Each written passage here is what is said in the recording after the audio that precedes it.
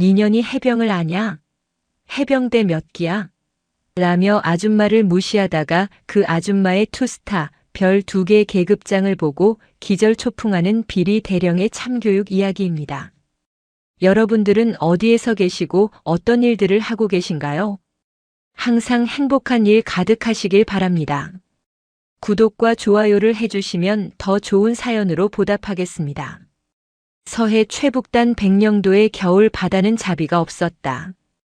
바다는 검푸른 혓바닥을 날름거리며 거대한 파도를 쉴 새 없이 섬으로 밀어붙였고 하늘과 바다의 경계는 희뿌연 해무에 지워져 어디가 끝인지 알 수 없는 혼돈의 형상이었다. 인천 연안부두에서 출발한 쾌속선이 맹골 수도의 거친 물살을 가르고 용기포항에 닿았을 때 배 안의 승객들은 이미 멀미와 피로로 파김치가 되어 있었다. 그 지친 사람들 틈에 섞여 한 중년 여성이 땅을 밟았다. 낡아빠진 등산용 조끼에 무릎이 툭 튀어나온 헐렁한 몸빼 바지 그리고 백령도의 칼바람을 막으려는지 챙이 넓은 꽃무늬 선캡을 푹 눌러 쓴 모습이었다. 누가 봐도 무태서 까나리 액젓을 사러 왔거나 굴다는 일감을 찾아 들어온 촌부의 행색이었다. 하지만 선캡 아래 가려진 그녀의 눈동자는 백령도의 등대 불빛보다 더 깊고 강렬하게 빛나고 있었다. 그녀의 이름은 나철심. 대한민국 해병대 제2사단장이자 해병대 역사상 최초의 여성 수색대 출신 투스타 소장이었다. 그녀의 몸에는 베트남전 참전 용사였던 아버지의 피와 자신이 30년간 해병대에서 구르며 새겨진 붉은 명찰의 혼이 흐르고 있었다. 그녀가 호화로운 관용차와 헌병 경호대를 마다하고 이토록 남루한 차림으로 백령도를 찾은 이유는 단 하나였다. 며칠 전 그녀의 개인 이메일로 도착한 익명의 투서 한 통 때문이었다. 사단장님, 제발 살려주십시오. 백령도는 대한민국 해병대의 땅이 아니라 왕건달 대령의 사유지가 되었습니다. 병사들은 나라를 지키는 게 아니라 왕 대령의 노예가 되어 죽어가고 있습니다. 나철심은 곧장 사고 태변으로 향했다.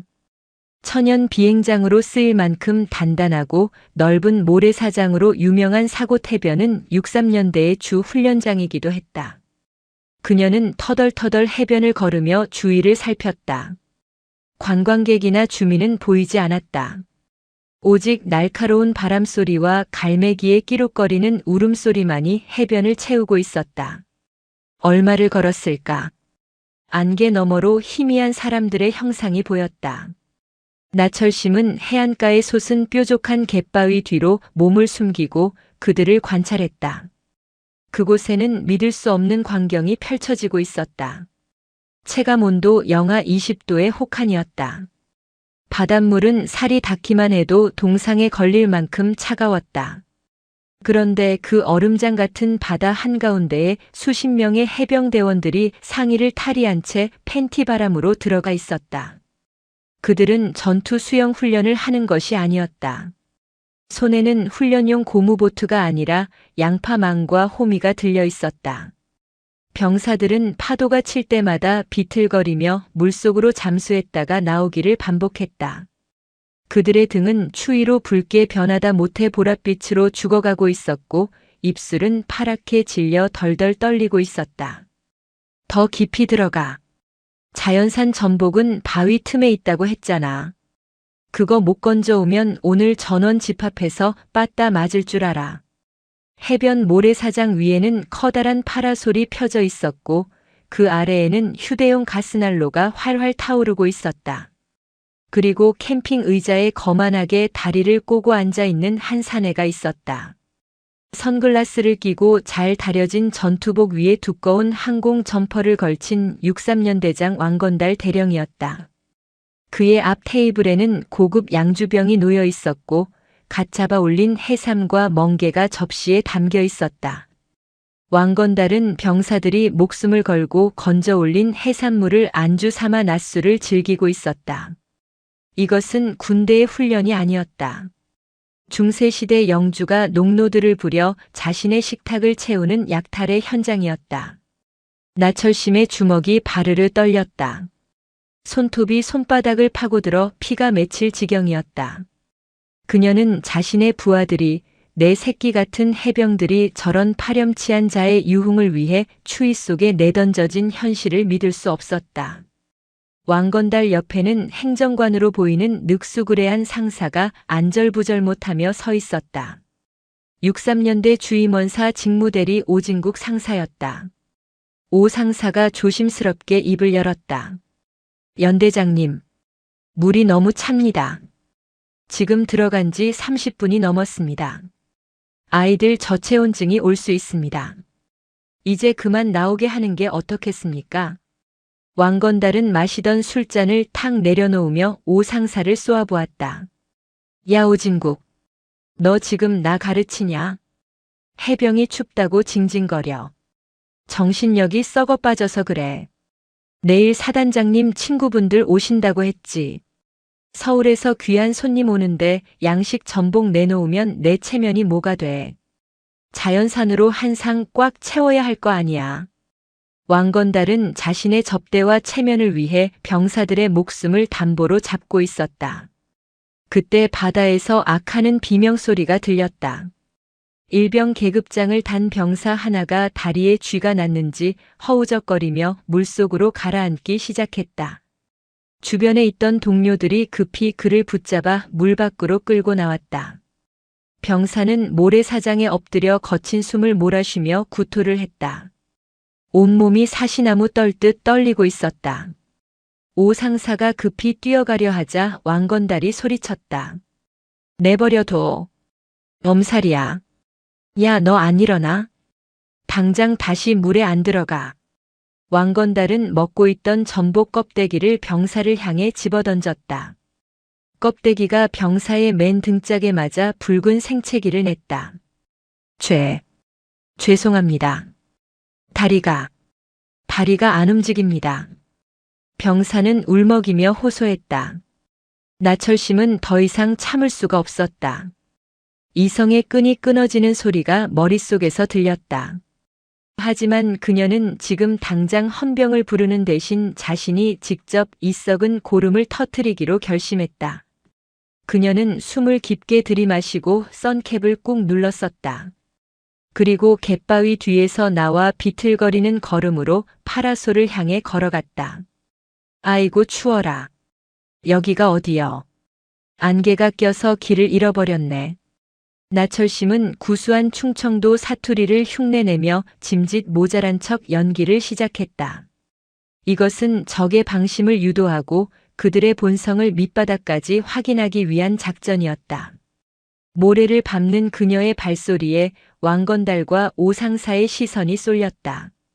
63년대의 지옥도 한복판에 웬 촌부 하나가 제 발로 걸어 들어온 것이다. 왕건달 대령은 자신의 눈을 의심했다. 여기는 민간인 출입 통제 구역인 사곳 훈련장이었다. 위병소에서 철저하게 통제하고 있을 터인데 어디서 굴러먹던 아줌마가 불쑥 나타난 것인가. 그의 기분 좋은 낮술 자리가 망쳐졌다. 왕건달의 미간에 깊은 주름이 패었다. 나철심은 왕건달의 살벌한 눈빛을 모른 척하며 파라솔 그늘 안으로 쑥 들어갔다. 아이고 군인 양반들 여기서 뭐한다요? 냄새가 아주 기가 막히네. 나 목이 말라서 그러는데 물 한 잔만 얻어 마실 수 있을까? 다리가 아파서 더는 못 가겠어. 그녀는 왕건달이 앉아있는 테이블 옆 아이스박스에 털썩 걸터 앉았다. 왕건달은 기가 막히다는 듯 헛웃음을 흘렸다. 이것 봐라. 야 오 상사. 위병소 애들 근무 똑바로 안 서나. 어떻게 저런 잡상인이 여기까지 기어들어와. 당장 무전 때려. 오늘 근무자들 싹 다 영창 보낸다고 해. 그는 나철심을 마치 더러운 오물 보듯 위아래로 훑어보았다. 이봐요 아줌마. 여기가 어딘 줄 알고 들어와. 여기 군사작전 구역이야. 당신 같은 민간인이 함부로 들어오면 총 맞아 죽어도 할 말 없는 곳이라고. 나철심은 뻔뻔하게 대꾸했다. 아니 총 맞아 죽다니 말이 너무 심하네. 국민이 세금 내서 군인들 밥 먹여주고 옷 입혀주는데 물 한 잔 달라는 게 그렇게 큰 죄인가. 그리고 보아하니 훈련하는 것 같지는 않고 맛있는 거 드시는 것 같은데 나도 한 입 주면 안 되나? 그녀의 시선이 왕건달의 접시에 담긴 전복과 해삼을 향했다. 왕건달의 얼굴이 불그락푸르락 달아올랐다. 감히 천한 민간인이, 그것도 다 늙은 아줌마가 백령도의 제왕인 자신의 술상을 넘보다니. 그의 자존심에 금이 갔다. 이 여자가 진짜 돌았나? 야 오진국, 뭐하고 있어? 당장 이 아줌마 끌어내. 재수없게 시리. 소금 뿌려서 내쫓아. 오진국 상사가 난처한 표정으로 나철심에게 다가왔다. 아주머니 죄송합니다. 지금 연대장님이 훈련 지휘 중이라 예민하십니다. 제가 모셔다 드릴 테니 얼른 일어나시죠.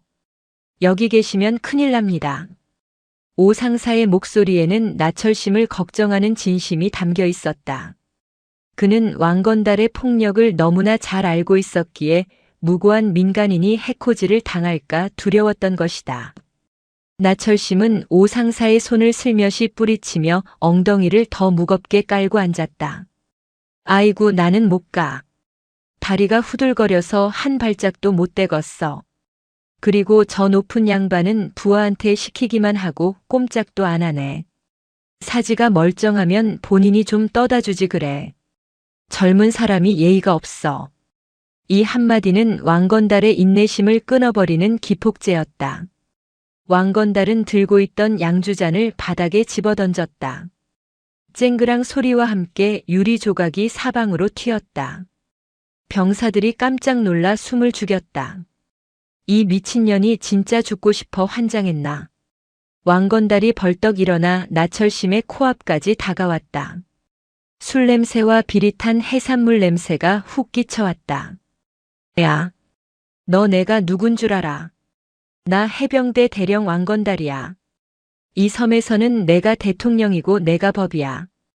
어디서 감히 훈계질이야. 그는 나철심의 선캡을 손가락으로 툭툭 쳤다. 보아하니 어디 식당에서 설거지나 하던 아줌마 같은데 내가 군대를 알아. 내가 해병을 아냐고. 나철심은 고개를 들어 왕건달을 똑바로 쳐다보았다. 해병이라. 글쎄. 내 눈에는 해병은 안 보이고 붉은 명찰 달고 완장지라는 양아치 하나만 보이는데.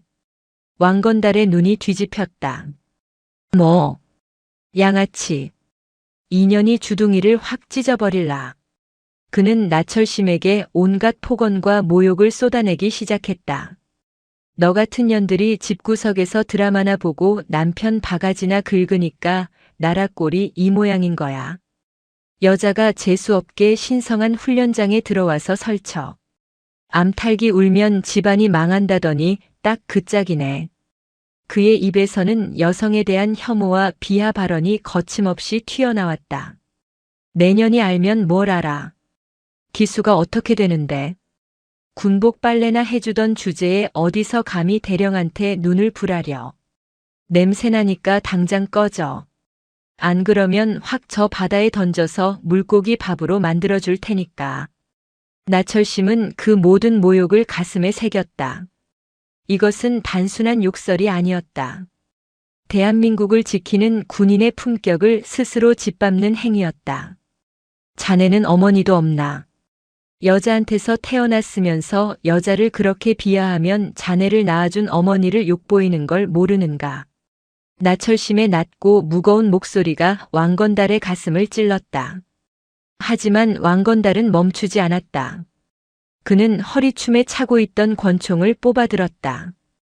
KO 권총. 물론 실탄은 장전되어 있지 않았지만 민간인을 향해 총구를 겨누는 것 자체가 중범죄였다. 철컥. 왕건달은 나철심의 이마 정중앙에 총구를 갖다 댔다. 차가운 쇠붙이의 감촉이 느껴졌다. 무릎 꿇어. 하나 둘 셋 셀 때까지 무릎 안 꿇으면 공포탄 맛을 보여주지. 귀청이 떨어져 나가봐야 정신을 차리지. 주변의 병사들이 비명을 질렀다. 연대장님 안 됩니다. 오진국 상사가 왕건달의 팔을 붙잡았다. 이러시면 안 됩니다. 제발 진정하십시오. 비켜 이 새끼야. 왕건달은 군화발로 오상사의 정강이를 걷어찼다. 퍽 소리와 함께 오상사가 모래밭에 뒹굴었다. 너도 전현이랑 한패냐? 내가 감히 내 앞길을 막아. 너도 오늘 옷 벗고 싶어 환장했구나. 다 영창 보내버릴 거야. 왕건달은 광기에 사로잡혀 있었다. 그는 다시 나철심에게 총구를 돌렸다. 자, 이제 너를 지켜줄 놈은 아무도 없어. 빌어. 살려달라고 빌어보란 말이야. 나철심은 쓰러진 오상사를 바라보았다. 고통 속에서도 자신을 걱정하며 바라보는 오상사의 눈빛. 그리고 추위에 떨며 공포에 질린 어린 병사들의 눈망울. 이제 충분했다. 조사는 끝났다. 더 이상의 인내는 악에 대한 방조일 뿐이었다. 나철심은 천천히 자리에서 일어났다. 왕건달은 그녀가 겁을 먹고 도망치려는 줄 알고 킬킬거렸다. 어딜 도망가. 내 허락 없이는 한 발자국도 못. 그때였다. 나철심의 손이 번개처럼 움직여 쓰고 있던 선캡을 벗어 던졌다. 헝클어진 머리카락이 바닷바람에 휘날렸다. 그리고 그녀의 굽은 등이 펴지며 뿜어져 나오는 기세가 주변의 공기를 압도했다. 그녀는 주머니에서 주섬주섬 무언가를 꺼냈다. 그리고 그것을 자신의 낡은 조끼 가슴팍에 붙였다. 붉은 바탕에 노란색 자수가 선명한 해병대 명찰. 그리고 주머니에서 또 다른 것을 꺼내 등산 조끼 깃에 꽂았다. 햇빛을 받아 찬란하게 번쩍이는 두 개의 은색 별. 왕건달의 웃음이 딱 멈췄다. 그의 동공이 지진이라도 난 듯 흔들렸다. 나철심은 총구 앞에서도 눈 하나 깜짝하지 않고 왕건달을 향해 걸어갔다. 왕건달, 자네가 아까 물었지. 니년이 해병을 아느냐고. 기수가 몇 기냐고. 사고태변의 시간은 정지했다. 왕건달은 숨 쉬는 법조차 잊어버린 듯 했다. 그의 눈앞에 있는 것은 촌부 아줌마가 아니었다. 그녀는 대한민국 해병대 제2사단장 나철심 소장이었다. 해병대 장교라면 누구나 아는 살아있는 전설. 여군 최초로 수색대 지옥주를 수석으로 수료하고 귀신 잡는 해병이라는 말조차 부족하다는 평가를 받는 그 독종 나철심이었다. 나. 왕건달의 입술이 파르르 떨렸다. 사단장이라는 단어가 목구멍에 걸려 나오지 않았다. 나철심은 왕건달의 코앞까지 다가가 사자후를 토해냈다. 나는 해병 72기 나철심이다. 자네가 태어나서 기저귀 차고 아장거릴 때 나는 이 백령도 앞바다에서 수중 폭파 훈련을 했고 자네가 초코파이 먹으며 훈련소에서 엄마 보고 싶다고 울 때 나는 월남 정글에서 베트콩의 목을 땄다. 그녀의 목소리는 확성기보다 더 크고 웅장하게 해변을 울렸다. 그런 내가 해병을 모르나. 자네가 말하는 해병이 고작 힘없는 민간인에게 총을 겨누고 부하들의 고혈을 빨아먹는 양아치 짓이라면 나는 그런 해병 모른다. 왕건달의 손에서 힘이 빠졌다. 들고 있던 권총이 스르르 내려갔다. 나철심은 그 틈을 놓치지 않았다. 그녀의 왼손이 왕건달의 손목을 낚아채 비틀었다. 우두둑 소리가 날 정도로 강력한 제압술이었다. 아! 왕건달이 비명을 지르며 권총을 떨어뜨렸다. 나철심은 떨어지는 권총을 발로 차 받아 멀리 날려버렸다. 총은 적을 향해 쏘라고 국가가 준 것이다. 자네 같은 놈이 만지라고 준 장난감이 아니다. 철썩. 나철심의 오른손바닥이 왕건달의 뺨을 후려쳤다. 고개가 90도로 꺾일 만큼 강력한 타격이었다. 왕건달의 입안이 터져 피가 튀었다. 그는 중심을 잃고 모래바닥에 처박혔다. 일어서. 나철심의 호령에 왕건달이 비틀거리며 일어났다. 그는 공포에 질려 눈물 콧물을 흘리고 있었다. 사단장님. 죽을 죄를 지었습니다. 몰라봤습니다. 한 번만 살려주십시오. 제가 술이 과해서 잠시 미쳤나 봅니다. 그는 비굴하게 두 손을 비비며 애원했다. 방금 전까지 백령도의 왕처럼 군림하던 위세는 온데간데 없고 살려달라고 꼬리를 흔드는 똥개 한 마리만 남았다. 나철심은 그 꼴을 보며 더욱 분노했다. 술이 과해. 술 핑계 대지 마라. 자네의 본성이 썩어 빠진 것이다. 자네가 아까 그랬지. 여자가 설치면 나라가 망한다고. 퍽. 나철심의 군화발이 왕건달의 정강이를 걷어찼다. 아까 오상사가 맞았던 바로 그 부위였다. 왕건달이 억소리를 내며 다시 쓰러졌다. 여자가 설치면 나라가 망하는 게 아니라 자네 같은 쓰레기 지휘관이 설치면 나라가 망하는 것이다. 해병대에는 여자와 남자가 없다. 오직 조국을 지키는 붉은 명찰만이 있을 뿐이다. 그녀는 쓰러진 왕건달의 멱살을 잡고 일으켜 세웠다. 자네 눈에는 저 병사들이 전복 따오는 노예로 보이나. 저 아이들은 누군가의 귀한 아들이고 대한민국의 미래다. 자네가 감히 건드릴 존재가 아니다. 그때 해안도로 쪽에서 요란한 사이렌 소리가 들려왔다. 나철심이 사고 태변에 들어오기 전 미리 호출해둔 사단 직할 헌병대와 감찰팀이었다. 트럭에서 내린 무장 헌병들이 전속력으로 달려와 현장을 포위했다. 전원 동작 그만. 헌병대장이 왕건달을 확인하고는 나철심에게 경례를 올렸다. 필승. 사단장님 명령대로 도착했습니다. 나철심은 왕건달을 헌병대장 쪽으로 밀쳐버렸다. 이자를 당장 현행범으로 체포해. 혐의는 직권 남용, 국고 횡령, 특수 협박, 초병 폭행, 그리고 상관 모독이다. 계급장 떼고 수갑 채워. 체포해. 헌병들이 달려들어 왕건달의 팔을 꺾어 제압했다. 이거나. 나 연대장이야. 내가 누군지 알아.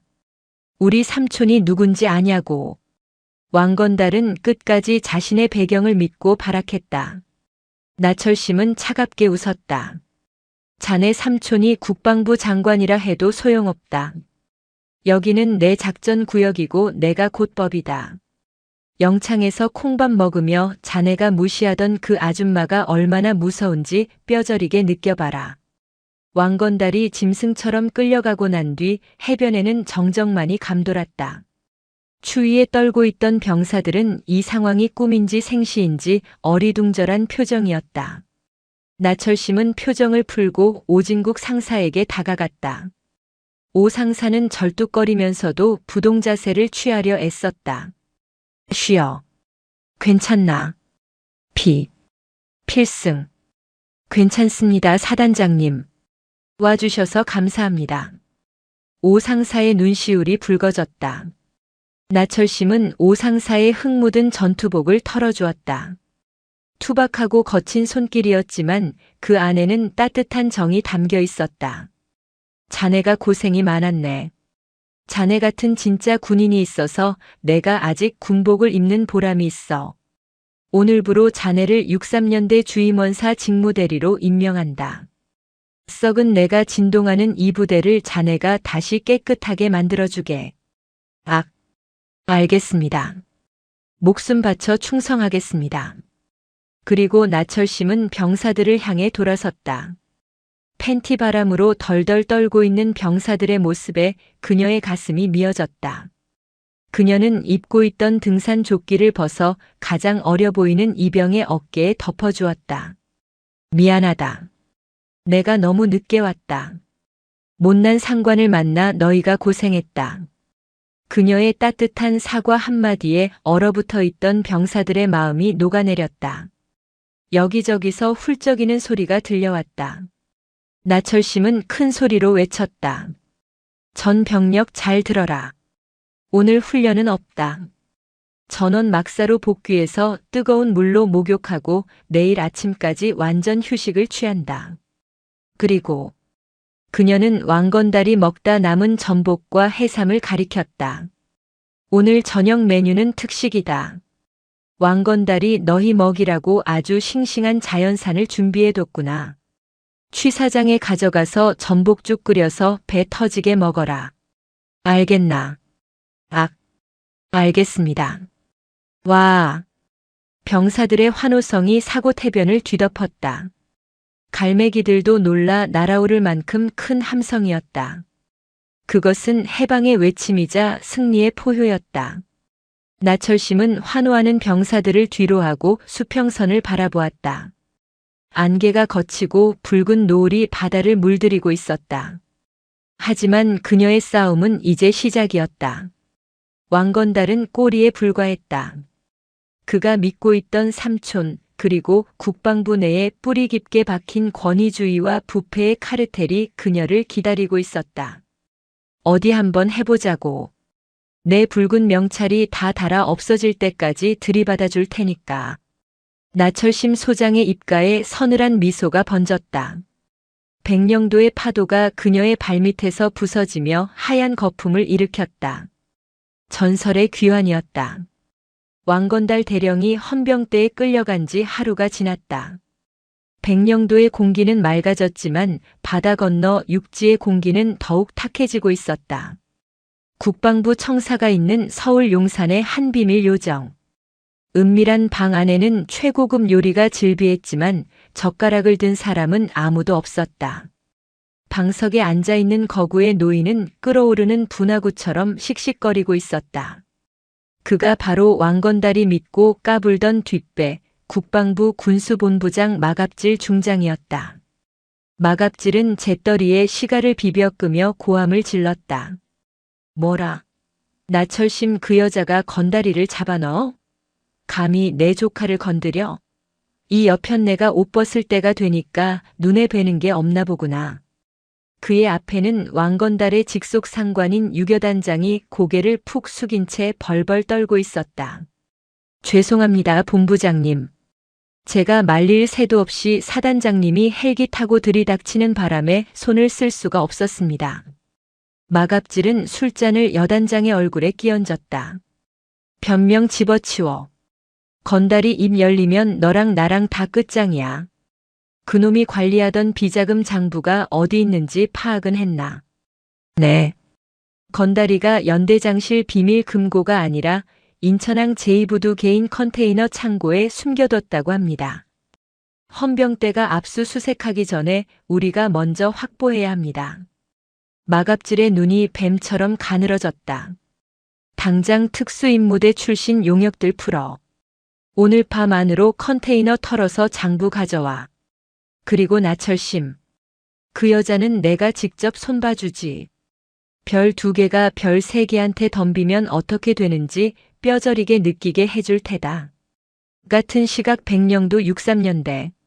나철심 소장은 왕건달의 집무실을 뒤지고 있었으나 결정적인 물증을 찾지 못해 고민에 빠져 있었다.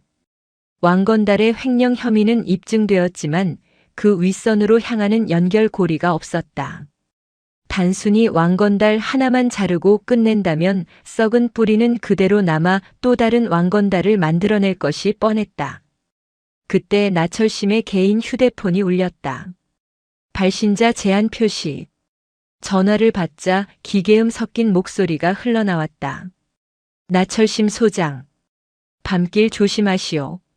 너무 깊게 파고들면 다치는 수가 있어. 적당히 하고 덮는 게 좋을 거요. 당신 연금은 타먹어야지. 협박 전화였다. 하지만 나철심의 입꼬리가 올라갔다. 자네들이 이렇게 급하게 나오는 걸 보니 내가 제대로 건드린 모양이군. 걱정 마라.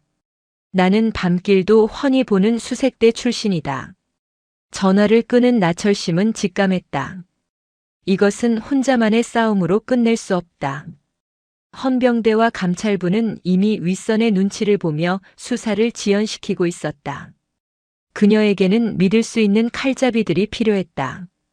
시스템 밖에서 움직이는 진짜 사냥꾼들이. 나철심은 즉시 관용 헬기를 띄워 김포로 향했다. 그녀가 도착한 곳은 화려한 도심이 아닌 김포 외곽의 허름한 도축장이었다. 피비린내와 고기 썩는 냄새가 진동하는 그곳에서 한 거구의 사내가 소 한 마리를 맨손으로 해체하고 있었다. 두꺼운 팔뚝에는 수많은 칼자국 흉터가 있었고 험상궂은 인상은 흡사산적 두목 같았다. 그가 바로 나철심과 함께 20년 전 특수수색대에서 전설을 썼던 미친 황소 황보동사였다. 나철심이 도축장 입구에 서자 황보는 칼질을 멈추지 않고 툭 내뱉었다. 고기 사러 왔으면 줄 서. 오늘은 예약이 꽉 찼어. 나철심은 뚜벅뚜벅 걸어 들어가 황보의 도마 위에 붉은 명찰 하나를 올려놓았다. 20년 전 황보가 전역하며 반납했던 그 명찰이었다. 황보의 칼이 허공에서 딱 멈췄다. 그가 천천히 고개를 들어 나철심을 보았다. 사단장님. 아니 누님. 이게 뭡니까? 나라의 도둑놈들이 너무 많다. 소 잡는 칼 말고 놈들 잡는 칼이 필요하다. 황보는 피 묻은 장갑을 벗어던지고 씩 웃었다. 누런이가 드러났다. 안 그래도 요즘 소만 잡으니까 손맛이 없던 참이었습니다. 누구 목을 따러 갈까요? 나철심은 고개를 저었다. 목을 따는 게 아니라 놈들의 밥줄을 끊는다. 한 명 더 데리러 가자. 그들은 털덜거리는 황보의 냉동 탑차를 타고 인천 주안의 낡은 당구장으로 향했다. 자욱한 담배 연기 속에서 삐쩍 마른 사내 하나가 내기 당구를 치고 있었다. 한쪽 눈은 의안이었고 손놀림은 타짜처럼 현란했다. 그는 전직 해병대 정보장교 출신이자 독사라 불렸던 도기수였다. 작전 중 눈 하나를 잃고 불명예 제대했지만 정보 수집 능력만큼은 국정원 요원 뺨치는 인물이었다. 도기수는 나철심을 보자마자 휴대를 내려놓고 거수 경례를 했다. 필승. 사단장님이 이런 누추한 곳까지 어인 일이십니까? 냄새가 납니다. 아주 구린 냄새가. 나철심은 빙그레 웃었다. 개코는 여전하군. 마갑질 라인을 털 거야. 내가 필요하다. 도기수는 의안을 굴리며 킬킬거렸다. 마갑질 그 돼지 새끼요. 건수가 크네요. 수입료는 셉니까? 국가와 민족을 위한 봉사다. 밥은 내가 사마. 하. 여전히 짜시네. 그래도 누님 명령인데 거부할 수 있습니까? 갑시다. 늙은이들끼리 동창회 한번 거하게 하시죠. 그렇게 나철심, 황보, 도기수. 과거 적진 한가운데서 생사를 넘나들었던 전설의 팀이 다시 뭉쳤다. 그들의 목표는 인천항 컨테이너. 마갑질의 하수인들보다 먼저 왕건달의 비밀 장부를 손에 넣는 것이었다. 비가 억수같이 쏟아지는 밤이었다. 인천항 제2부두 야적장은 칠흑 같은 어둠에 잠겨 있었다. 수천 개의 컨테이너가 미로처럼 쌓여있는 그곳에 나철심의 팀이 잠입했다. 도기수가 미리 확보한 정보에 따르면 장부는 KU-815번 붉은색 컨테이너 안에 있었다. 누님, 낌새가 안 좋습니다. 쥐새끼들이 먼저 와 있는 것 같습니다. 도기수가 야시경을 통해 어둠 속을 살피며 속삭였다. 빗소리 사이로 쇠 파이프를 끄는 섬뜩한 소리가 들려왔다.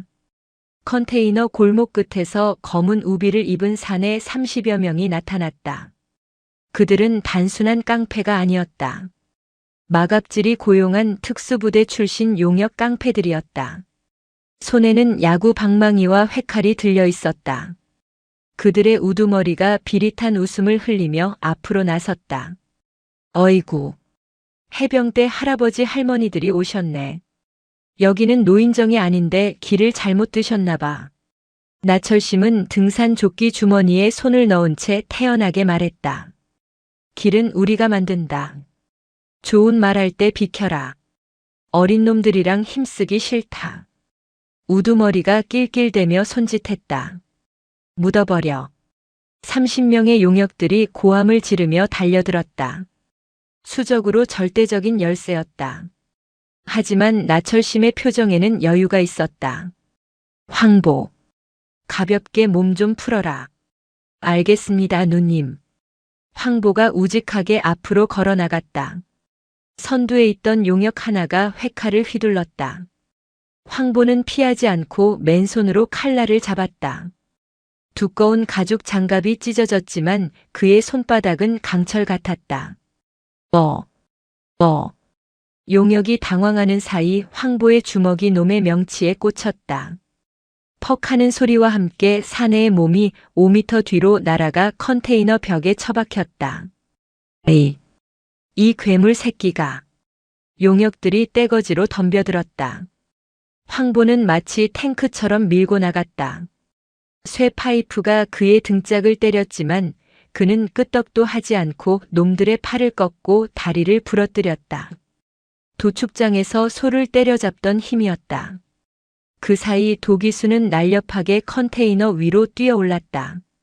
그는 주머니에서 쇠구슬을 꺼내 새총으로 쏘아댔다. 핑, 핑. 정확하게 용역들의 이마와 손등에 쇠구슬이 박혔다.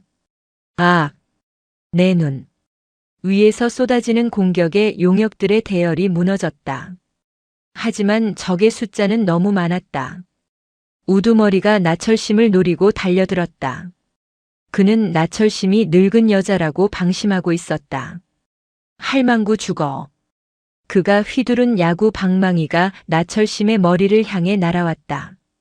나철심은 제자리에 선 채 고개만 살짝 숙여 피했다. 그리고 방망이가 지나간 틈을 타 상대의 품으로 파고들었다. 그녀의 손바닥이 턱 밑을 올려쳤다. 장저 공격. 크어. 우두머리가 턱이 돌아가며 비틀거렸다. 나철심은 곧바로 그의 오금을 걷어차 무릎 꿇리고 팔을 뒤로 꺾어 제압했다. 전성기 시절보다 속도는 느려졌지만 기술의 정확도는 더욱 날카로워져 있었다. 너희들이 돈 받고 주먹 휘두를 때 우리는 목숨 걸고 나라 지켰다. 어디서 몽둥이질이야. 나철심이 소리치자 황보와 도기수가 나머지 잔챙이들을 순식간에 정리했다. 빗물은 핏물과 섞여 붉게 흘러내렸다. 바닥에 뒹구는 용역들은 신음소리조차 내지 못했다. 나철심은 쓰러진 우두머리의 주머니를 뒤져 컨테이너 열쇠를 찾아냈다. 철커덕. 육중한 컨테이너 문이 열렸다. 안에는 수많은 명품 가방과 현금 뭉치, 그리고 금괴가 쌓여 있었다. 왕건달이 그동안 빼돌린 군수물자 대금이었다. 그리고 가장 안쪽 금고 안에서 그들은 검은색 가죽 수첩을 발견했다. 나철심이 수첩을 펼쳤다. 거기에는 마갑질 중장뿐만 아니라 국방위원회 국회의원, 군납업체 사장들의 이름과 뇌물 액수가 빼곡히 적혀 있었다. 대한민국 군대를 좀먹는 거대한 기생충들의 명단이었다. 도기수가 휘파람을 불었다. 와, 이거 터지면 여의도가 뒤집어지겠는데요. 누님, 이제 어쩌실 겁니까? 나철심은 수첩을 품에 넣으며 차갑게 말했다. 이걸 헌병대에 넘기면 놈들이 은폐할 거다. 우리가 직접 판을 깔아야지. 내일 국방 컨벤션 센터에서 마갑질 중장의 저녁 기념 및 출판 기념회가 있다고 했지. 황보가 씩 웃으며 주먹을 우두둑 꺾었다. 잔치상 엎으러 가는 겁니까? 그래. 아주 화려하게 엎어주자. 초대받지 않은 손님들이 얼마나 무서운지 보여주러 가자. 서울 용산 국방 컨벤션 센터. 화려한 샹들리에 아래 정복을 입은 장성들과 국회의원, 기업인들이 샴페인 잔을 부딪히고 있었다. 마갑질 중장은 얼굴에 기름진 미소를 띠고 하객들의 축하를 받고 있었다. 아이고 본부장님, 명예로운 저녁을 축하드립니다. 앞으로 정계에 진출하셔도 승승장구하실 겁니다. 허허, 감사합니다. 다 여러분 덕분이죠. 마갑질은 속으로 쾌재를 불렀다. 인천항으로 보낸 용역들에게서 연락은 없었지만 무소식이 희소식이라 믿었다. 왕건달의 장부만 사라지면 그는 깨끗한 몸으로 국회의원 배지를 달 수 있었다. 단상에 오른 마갑질이 마이크를 잡았다. 친애하는 내외 귀빈 여러분. 제가 40년 군 생활을 하며 오직 국가와 민족만을 위해. 쾅. 갑자기 연회장 뒷문이 부서질 듯 열렸다. 모든 시선이 그쪽으로 쏠렸다. 문 앞에는 흙탕물과 핏자국으로 범벅이 된 세 사람이 서 있었다. 등산 조끼를 입은 나철심, 피 묻은 앞치마를 두른 황보, 그리고 한쪽 눈이 의아닌 도기수였다. 이질적인 그들의 등장에 장내는 찬물을 끼얹은 듯 조용해졌다. 마갑질의 표정이 굳었다. 나철심. 내가 여기가 어디라고 행패야. 경비원. 뭐해. 저것들 안 끌어내고. 경비원들이 달려들었지만 황보가 눈을 부라리며 앞으로 나서자 감히 접근하지 못했다. 도축장에서 벤 살기가 그들을 압도했기 때문이다. 나철심은 뚜벅뚜벅 레드카펫을 밟고 단상으로 걸어갔다. 그녀의 군화 발자국이 깨끗한 카펫 위에 진흙 얼룩을 남겼다. 마갑질. 자네 연설이 아주 감동적이더군. 오직 국가와 민족을 위해? 아니지. 오직 자네 주머니와 자네 패거리들을 위해 살았겠지. 이 미친 여자가. 증거 있어? 어디서 헛소리야. 마갑질이 핏대를 세우며 소리쳤다. 나철심은 품에서 검은 수첩을 꺼내 높이 들었다. 그리고 동시에 도기수가 연회장 대형 스크린을 해킹해 수첩의 내용을 띄워버렸다. 마갑질 중장 K9 자주포 부품 납품 비리 리베이트 10억 수수 김철수 의원 63년대 부지 용도 변경 청탁금 5억 박 사장 불량 방탄복 납품 묵인대가 골드바 20개. 스크린에 적나라한 비리 내역이 뜨자 연 회장은 아수라장이 되었다. 기자들이 미친 듯이 플래시를 터뜨렸고 이름이 뜬 의원들과 기업인들은 얼굴을 가리고 도망치기 바빴다. 마갑질은 다리가 풀려 주저앉았다. 그게 조작이야. 저건 가짜야.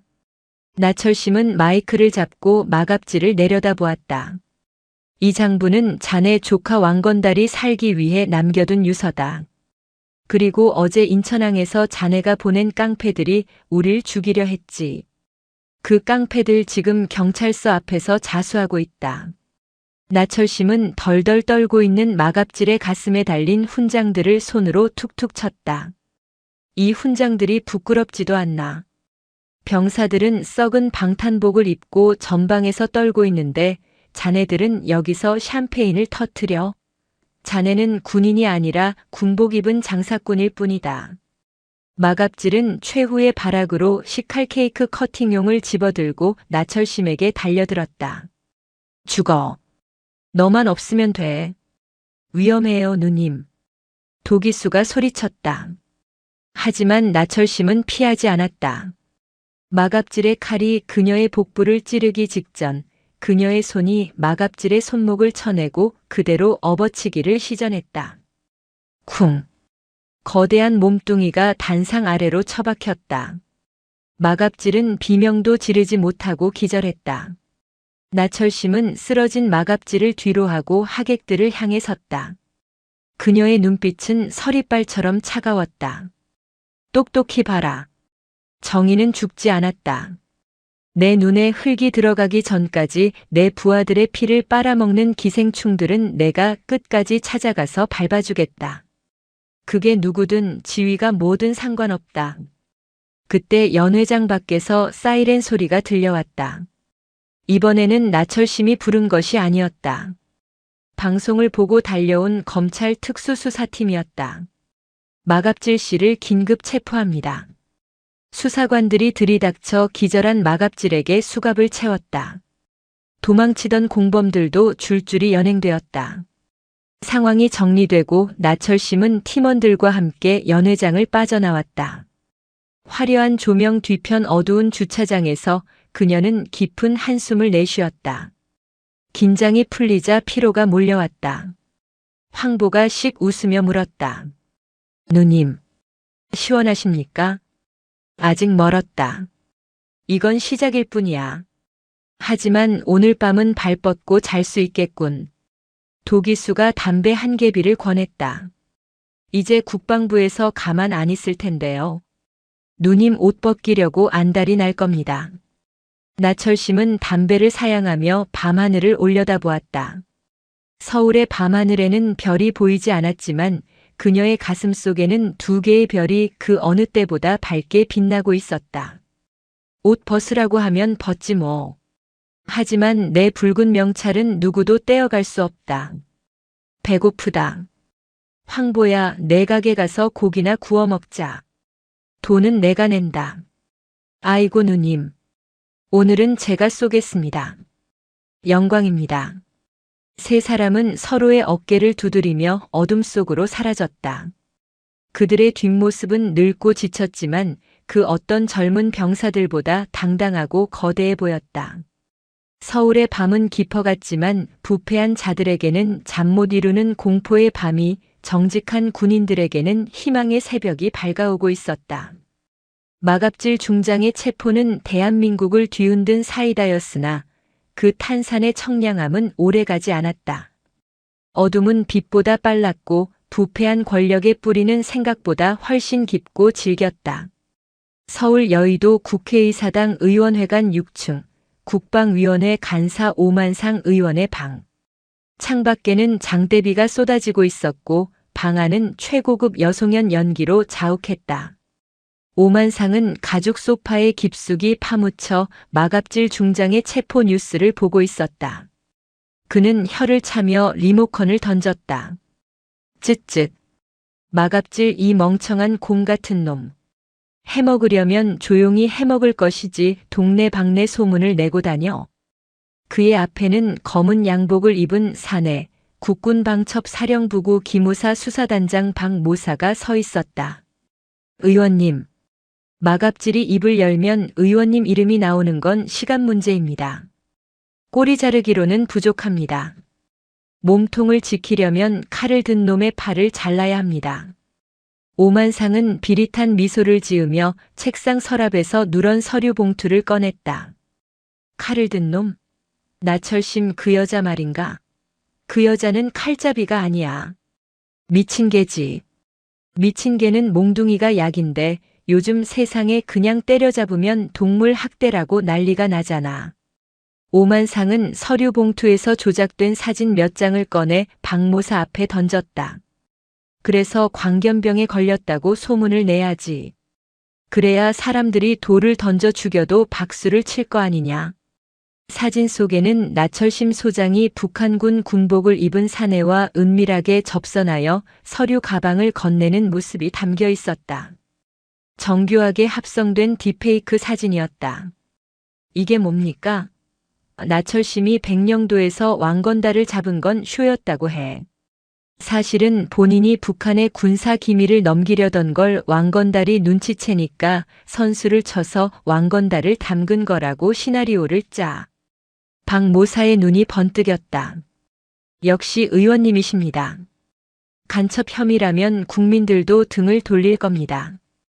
해병대 영웅에서 빨갱이로 추락하는 건 한순간이죠. 당장 착수해. 언론에 흘리고 내일 아침 나철심을 긴급 체포해. 죄목은 국가보안법 위반. 아주 지독하게 밟아줘. 다음 날 아침 나철심은 자신의 관사에서 체포되었다. 들이닥친 것은 헌병이 아니라 방첩사 요원들이었다. 나철심 소장. 당신을 국가보안법 위반 및 간첩 혐의로 긴급 체포한다. 수갑이 그녀의 손목을 조였다. 나철심은 당황하지 않고 요원들의 눈을 똑바로 쳐다보았다. 간첩이라. 이제 하다 소설까지 쓰는군. 그래, 어디까지 가나 한번 보자. 나철심이 끌려가는 모습은 뉴스 속보로 생중계되었다. 충격 단독 해병대 영웅 나철심 알고 보니 북한 고정간첩? 왕건달 사건은 조작? 나철심 군사 기밀 100건 북에 넘겨 언론은 하이에나처럼 달려들어 물어뜯었다. 어제까지 그녀를 칭송하던 댓글창은 순식간에 욕설과 저주로 도배되었다. 방첩사 지하 조사실. 창문 하나 없는 밀실에는 핏빛 조명만이 감돌았다. 나철심은 철제 의자에 묶여 있었다. 그녀의 앞에는 박모사 단장이 앉아 있었다. 자, 나 장군. 솔직하게 불고 광명 찾읍시다. 언제부터입니까? 월남전 때 포섭됐습니까? 아니면 수색대 시절? 나철심은 코웃음을 쳤다. 개소리 집어치워.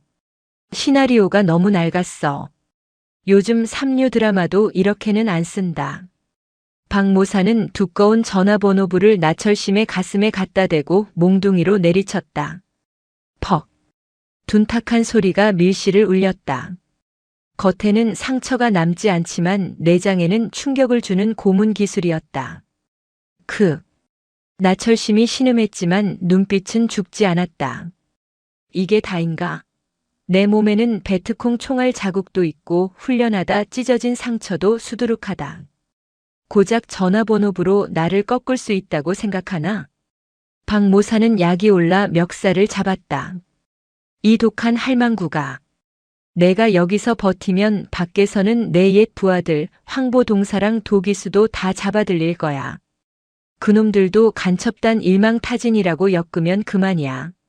나철심의 눈동자가 흔들렸다. 자신은 상관없었지만 전우들이 다치는 건 볼 수 없었다. 건드리지 마라. 그들은 민간인이다. 그러니까 여기에 사인해. 왕건달 사건은 내가 꾸민 짓이고 북한 지령을 받았다고. 그러면 내 부하들은 살려주지.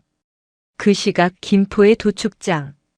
황보동사는 TV 뉴스를 보며 식칼을 도마에 깊숙이 박았다. 누님이 간첩? 지나가던 개가 웃겠다. 이건 함정이다. 도기수가 노트북을 두드리며 말했다. 함정 정도가 아니라 아예 생매장을 하려는 수작이야. 사진 분석해봤는데 조명 각도가 안 맞아. 100% 합성이야. 그리고 이 사진을 최초 유포한 IP 추적해보니까 여의도 국회의원 회관이네. 황보가 앞치마를 벗어던지며 근육을 부풀렸다. 오만상 그 뱀 같은 놈이군. 기수야, 차 대기시켜라. 어디 가려고요, 형님? 어디긴 어디야. 누님 구하러 가야지. 감옥을 부수든 방첩사를 불태우든 누님 털끝 하나라도 건드린 놈들은 내가 다 갈아 마신다. 서울 근교 남태령에 위치한 방첩사 안가. 나철심은 지하 감방으로 옮겨졌다. 오만상 의원은 그녀가 법정에 서기도 전에 자살로 위장에 처리하라는 지령을 내렸다. 그녀가 살아있는 한 언제든 진실이 터질 수 있기 때문이었다. 자정이 넘은 시각 폭우가 쏟아지고 있었다. 감방 문이 열리고 검은 복면을 쓴 사내 셋이 들어왔다. 손에는 밧줄과 주사기가 들려 있었다. 나 소장님, 편안하게 보내드리겠습니다. 나라를 위해 가주십시오. 나철심은 직감했다. 올 것이 왔구나. 그녀는 묶인 손목을 비틀어 의자 나사에 문지르기 시작했다. 살점이 뜯겨나갔지만 밧줄이 조금씩 느슨해졌다. 나라를 위해? 너희 주인을 위해서겠지. 사내들이 달려들었다. 나철심은 의자를 박차고 일어나 몸을 날렸다. 묶인 두 손으로 선두의 목을 가격했다. 하지만 역부족이었다. 3명의 건장한 요원들이 그녀를 바닥에 짓눌렀다. 차가운 주사 바늘이 목에 닿으려는 순간이었다. 쾅! 안가의 철문이 굉음과 함께 날아갔다. 4.5톤 냉동 탑차가 문을 들이받고 마당으로 돌진해 온 것이다. 탑차 문이 열리고 쇠사슬을 감은 거구의 산에 황보동사가 뛰어내렸다. 어떤 새끼가 우리 누님 몸에 손대냐? 황보의 포효와 함께 요원들이 튕겨나갔다. 황보는 말 그대로 인간 불도저였다. 총을 꺼내려는 요원의 팔을 쇠사슬로 감아 벽에 매다 꽂았다. 누님, 늦어서 죄송합니다. 그 뒤로 도기수가 연막탄을 터뜨리며 뛰어들어왔다. 콜록콜록. 형님, 빨리 모셔요. 지원 병력 오기 전에 튀어야 해요. 나철심은 황보의 부축을 받아 일어섰다. 미친놈들. 여기가 어디라고 쳐들어와. 너희 다 죽으려고 환장했냐? 말은 거칠었지만 나철심의 눈에는 물기가 어려 있었다. 누님 죽는 꼴 보느니 같이 죽는 게 낫죠. 갑시다. 탑차는 빗길을 뚫고 질주했다. 뒤이어 방첩사 추격 차량들이 사이렌을 울리며 따라붙었다. 도기수는 운전대를 잡고 현란한 드리프트로 추격차들을 따돌렸다. 꽉 잡으세요. 롤러코스터 시작합니다. 황보는 짐칸 문을 열고 쫓아오는 차들을 향해 도축용 냉동 돼지 다리를 집어던졌다.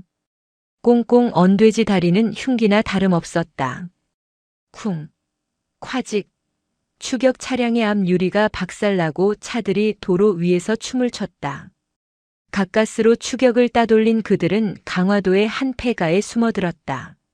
나철심은 거친 숨을 몰아쉬며 도기수가 해킹해온 자료를 살폈다. 오만상의 컴퓨터에서 빼낸 파일이었다. 이게 진짜였군. 파일에는 오만상과 국방부 내 사조직 하나회의 후신들이 북한 고위층과 비밀리에 거래한 내역이 담겨 있었다. 그들은 북한에 노후된 무기 폐기 정보를 넘기고 대가로 비트코인을 받아 비자금을 조성하고 있었다. 그리고 선거철마다 북풍 공작을 요청해 안보 불안을 조장했다. 나철심이 간첩이 아니라 그녀를 간첩으로 몬 자들이 진짜 매국노였던 것이다. 기가 막히는구먼. 적은 휴전선 너머에 있는 게 아니라 여의도에 있었어. 황보가 이를 갈았다. 누님, 이제 엇갑니까? 이 파일 방송국에 뿌릴까요? 나철심은 고개를 저었다. 언론은 이미 오만상이 장악했어. 이걸 뿌려봤자 조작된 거라고 우기면 그만이야. 더 확실한 게 필요해. 도기수가 의안을 굴리며 말했다. 확실한 거라면 놈들이 북한 놈들과 직접 만나는 현장을 덮치는 거밖에 없죠. 근데 그게 언제 어디서일 줄 알고. 나철심은 파일의 마지막 페이지를 가리켰다. D의 파주 임진각 인근 비밀 별장. 붉은 손님 접선 예정. 이틀 뒤 놈들이 북한 공작원과 직접 만나 2차 거래를 한다는 정보였다. 파주다. 놈들이 만나는 현장을 급습해서 현행범으로 잡는다. 그리고 그 장면을 전 국민에게 라이브로 송출한다. 황보는 주먹을 쥐었다. 거기 경비가 장난 아닐 텐데요. 용병들이 쫙 깔렸을 겁니다. 나철심은 젖은 머리카락을 쓸어 넘기며 서늘하게 웃었다. 70대의 노장이 아니라 현역 시절의 야수가 돌아와 있었다. 그래서 우리가 가는 거다. 대한민국에서 제일 무서운 게 뭔지 보여주자. 늙은 사자가 이빨이 빠졌다고 고기를 못 씹는 건 아니니까. 결전의 날. 파주 민간인 통제구역 내 깊숙한 곳에 위치한 오만상의 비밀 별장. 겉보기에는 평범한 호화 별장이었지만 주변에는 열 감지 센서와 사설 무장 용병들이 개미 새끼 한 마리 지나가지 못하게 철통 경비를 서고 있었다. 비가 그치고 짙은 안개가 깔린 밤이었다. 별장 외곽 숲속. 나철심, 황보, 도기수는 검은색 전술복을 입고 엎드려 있었다. 장비라고는 황보의 도축용 칼과 도기수의 사제 폭탄, 그리고 나철심이 챙겨온 K의 소총 한 자루가 전부였다. 타겟 확인. 오만상과 북한 공작원으로 추정되는 인물이 2층 응접실에 있다. 도기수가 드론으로 촬영한 영상을 보여주었다. 작전명은 붉은 사냥. 목표는 두 가지다. 첫째, 거래 현장 확보 및 생중계. 둘째, 오만상과 공작원 생포. 나철심의 지시에 두 남자가 고개를 끄덕였다. 기수야, 불 꺼라. 오케이. 암전 들어갑니다. 도기수가 노트북 엔터를 치자 별장의 모든 불이 동시에 꺼졌다. 뭐야? 정전이야? 비상 발전기 돌려. 별장 안이 소란스러워졌다. 그 틈을 타 황보가 정문을 향해 돌진했다. 택배 왔습니다, 이 개새끼들아. 황보는 정문 초소를 지키던 용병 2명을 양팔로 껴안고 그대로 철문으로 돌진했다. 쾅! 엄청난 괴력에 철문이 찌그러지며 열렸다. 적습이다. 쏴라. 용병들이 총을 쏘기 시작했다. 황보는 주차되어 있던 고급 세단의 문짝을 뜯어내 방패처럼 들고 총알을 막아냈다.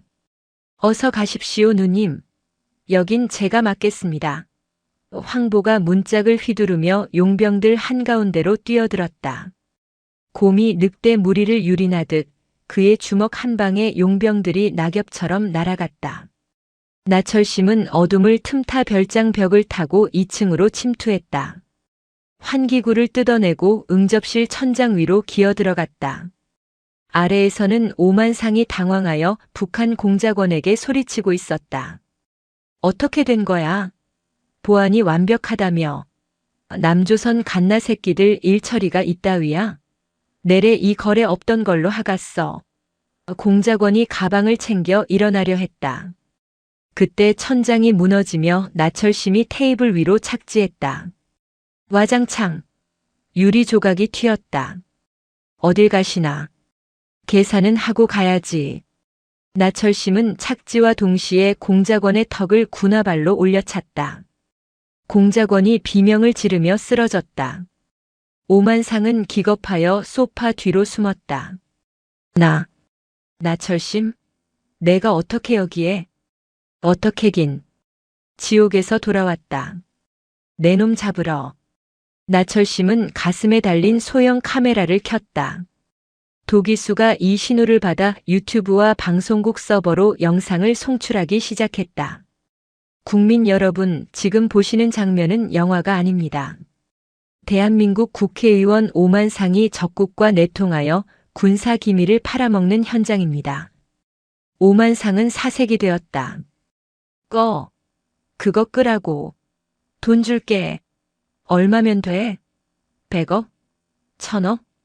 나철심은 오만상의 멱살을 잡고 카메라 앞에 얼굴을 들이밀었다. 내 놈의 더러운 돈은 필요 없다. 국민들에게 사죄해라. 그때 방문이 부서지며 중무장한 용병 대장이 들어왔다. 그는 기관단총을 나철심에게 겨눴다. 그 여자 놔줘. 안 그러면 쏜다. 상황이 역전되었다. 나철심은 오만상을 인간 방패로 삼았다. 쏘시지. 내 고용주 머리에 구멍이 날 텐데. 용병 대장은 망설였다. 그 틈에 도기수가 창문을 깨고 난입했다. 누님, 받아라. 도기수가 던진 것은 연막탄이 아닌 섬광탄이었다. 번쩍. 강렬한 빛이 터지며 모두가 눈을 가렸다. 나철심은 그 짧은 순간을 놓치지 않았다. 그녀는 오만상을 던져버리고 용병 대장에게 달려들어 총구를 위로 쳐냈다. 드르르륵. 총알이 천장에 박혔다. 나철심은 대장의 정강이를 걷어차고 총을 빼서 개머리판으로 앞면을 가격했다. 상황 종료. 황보가 1층을 정리하고 씩씩거리며 올라왔다. 온몸이 피투성이었지만 눈빛만은 살아있었다. 누님, 아래층 놈들은 다 재웠습니다. 이놈들은 어떡합니까? 나철심은 바닥에 널브러진 오만상과 북한 공작원, 그리고 용병 대장을 가리켰다. 포장해. 헌병대가 아니라 광화문 광장으로 배달한다. 국민들이 직접 심판하게. 오만상은 끝까지 발악했다. 이건 불법이야. 민간인 납치라고. 나철심은 오만상의 귀에 속삭였다. 법? 너희가 법을 지켰다면 나도 이럴 필요 없었어. 이제부터는 국민의 법정이 열릴 거다. 기대해도 좋아. 세 사람은 포로들을 줄줄이 엮어 끌고 나왔다. 별장 밖에는 아침 해가 떠오르고 있었다. 안개가 걷히고 드러난 그들의 모습은 처참했지만 그 어떤 개선장군보다 위대해 보였다. 나철심이 하늘을 보며 말했다. 이제 마지막이다. 서울로 가자. 가서 이 지긋지긋한 연극을 끝내자. 그녀의 붉은 명찰은 흙과 피에 젖어 검게 변해 있었지만 그 안에 담긴 해병의 혼은 태양보다 뜨겁게 타오르고 있었다. 새벽 3시. 파주에서 서울로 향하는 자유로는 칠흑 같은 어둠에 잠겨 있었다. 그 정적을 깨고 구형 냉동 탑차 한 대가 미친 속도로 질주하고 있었다. 운전대는 도기수가 잡았고 조수석에는 황보 동사가 앉아 창밖을 경계했다. 짐칸에는 포박당한 오만상 의원과 북한 공작원 그리고 용병 대장이 짐짝처럼 굴러다니고 있었다. 나철심은 탑차 지붕 위에 뚫린 환기구를 통해 상반신을 내밀고 차가운 밤바람을 맞고 있었다. 그녀의 손에는 노획한 기관단총이 들려 있었다. 기수야. 밟아라. 놈들이 냄새를 맡았다. 나철심의 말이 떨어지기가 무섭게 밤하늘에서 두두두두 하는 굉음이 들려왔다. 검은색 무장 헬기 2대였다. 오만상의 배후이자 대한민국 안보를 쥐락펴락하는 국정원 차장 국회학이 보낸 청소부들이었다. 그는 자신의 비리가 드러날까 두려워 증인과 증거를 모조리 자유로 위에서 불태워버리라고 명령한 것이다. 저 차를 멈춰. 미사일 발사. 헬기에서 섬광이 번쩍였다. 쾅. 탑차 바로 옆 도로가 폭발하며 아스팔트 조각이 비처럼 쏟아졌다. 차체가 요동쳤다. 으악. 형님. 이러다 다 죽어요. 도기수가 핸들을 꺾으며 비명을 질렀다. 황보가 창문을 열고 소리쳤다. 도축장 갈 때도 이렇게는 안 흔들렸다.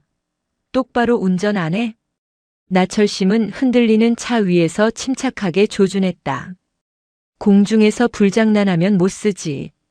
타탕. 타다당. 나철심의 총구가 불을 뿜었다. 총알은 정확하게 헬기의 테일 로터 꼬리 날개를 스치고 지나갔다. 하지만 헬기는 방탄 처리가 되어 있어 끄떡도 하지 않았다. 오히려 헬기 측면에 달린 게틀링건이 회전하기 시작했다. 드르르륵. 아스팔트 바닥에 총알 구멍이 박히며 탑차를 향해 다가왔다.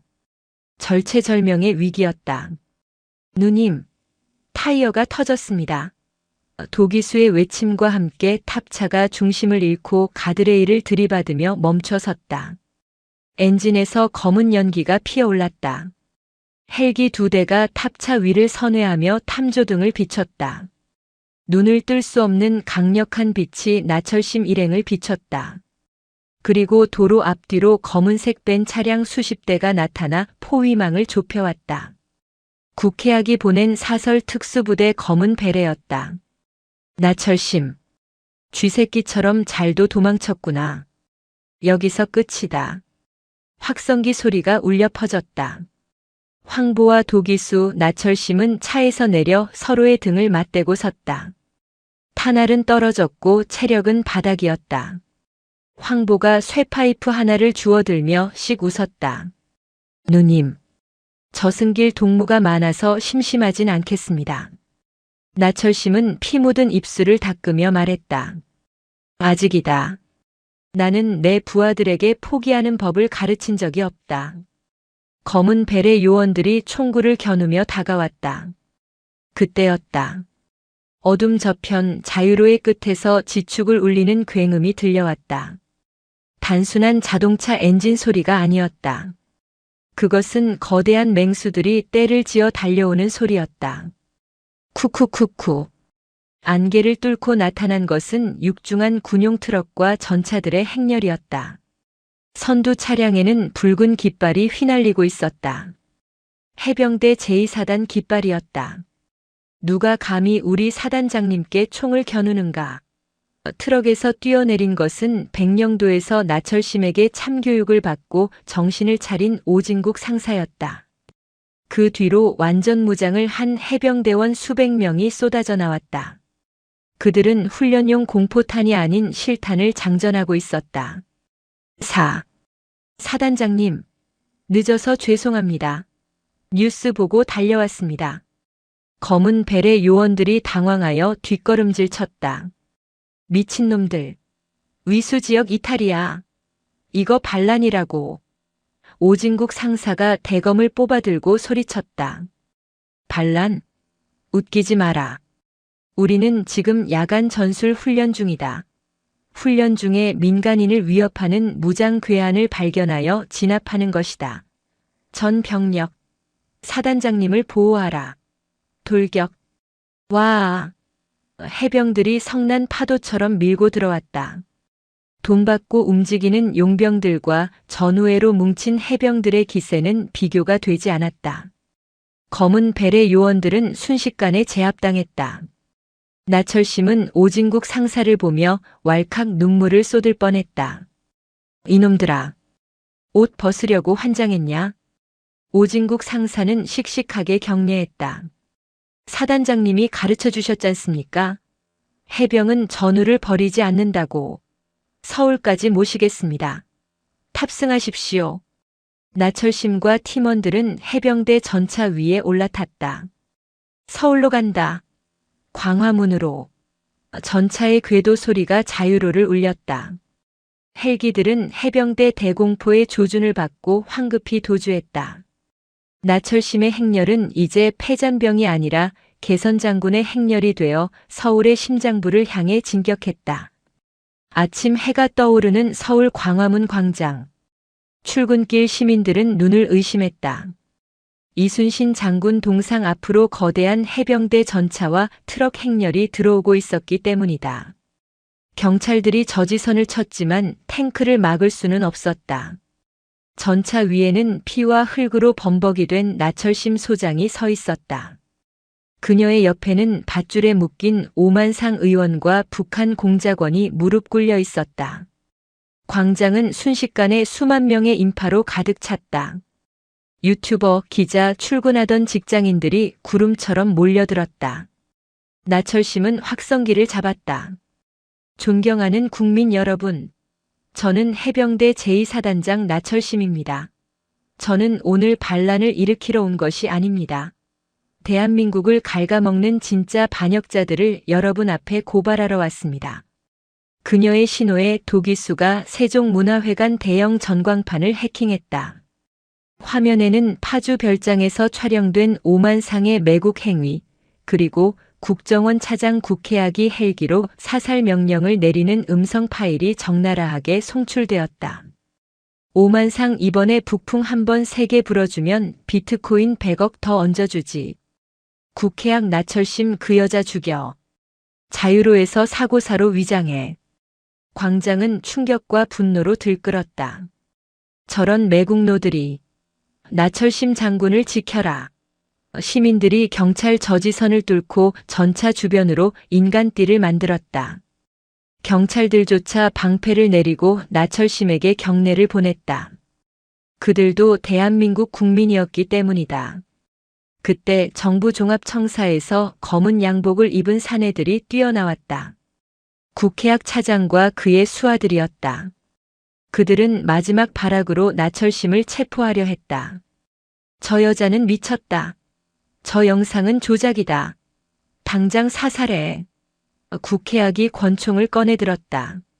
하지만 그보다 빨랐다. 황보동사가 전차에서 뛰어내려 국회학에게 달려들었다. 이 돼지 껍데기만도 못한 놈이. 황보의 레리어트 팔뚝치기가 국회학의 목을 강타했다. 국회학은 종이 인형처럼 날아가 이순신 동상 앞에 처박혔다. 동시에 시민들이 국회학의 수하들을 덮쳤다. 넥타이 부대 회사원들이 시장 바구니를 든 아주머니들이 그들을 제압했다. 나철심은 전차에서 내려와 쓰러진 국회학 앞에 섰다. 자네가 그랬지. 힘이 정이라고. 나철심은 국회학의 멱살을 잡아 일으켰다. 틀렸다. 정의가 힘이다. 국민이 힘이다. 똑바로 봐라. 이게 내 놈이 개돼지라고 무시하던 국민들의 눈빛이다. 국회학은 벌벌 떨며 오줌을 지렸다. 살려주게. 내 전 재산을 주겠네. 내 재산은 국고로 환수될 것이다. 그리고 내 죄는 역사가 기억할 것이다. 나철심은 국회학을 헌병대에게 넘기지 않았다. 현장에 도착한 검찰총장에게 직접 인계했다. 검찰총장은 나철심에게 깊이 고개를 숙였다. 장군님, 늦어서 죄송합니다. 법대로 아주 엄정하게 처리하겠습니다. 모든 것이 끝났다. 오만상, 국회학 그리고 그들과 결탁한 수십 명의 고위직들이 줄줄이 연행되었다. 광화문 광장은 환호성과 박수 소리로 떠나갈 듯 했다. 나철심, 나철심. 시민들이 그녀의 이름을 연호했다. 하지만 나철심은 웃지 않았다. 그녀는 천천히 자신의 어깨에 달린 별 계급장을 떼어냈다. 국민 여러분, 저는 군인의 본분을 다하기 위해 위수 지역을 이탈하고 무력을 사용했습니다. 과정이 어찌 되었든 군법을 어긴 것은 사실입니다. 저는 그 책임을 지고 오늘부로 군복을 벗겠습니다. 그녀는 떼어낸 계급장을 이순신 장군 동상 앞에 바쳤다. 장군님, 부끄럽지 않은 칼이 되려 노력했습니다. 이제 그 칼을 내려놓습니다. 광장은 눈물바다가 되었다. 시민들은 가지 마세요. 당신은 영원한 우리의 사령관입니다.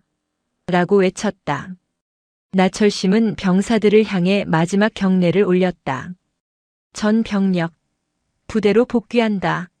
조국을 지키는 붉은 명찰의 명예를 영원히 간직하라. 필승, 필승.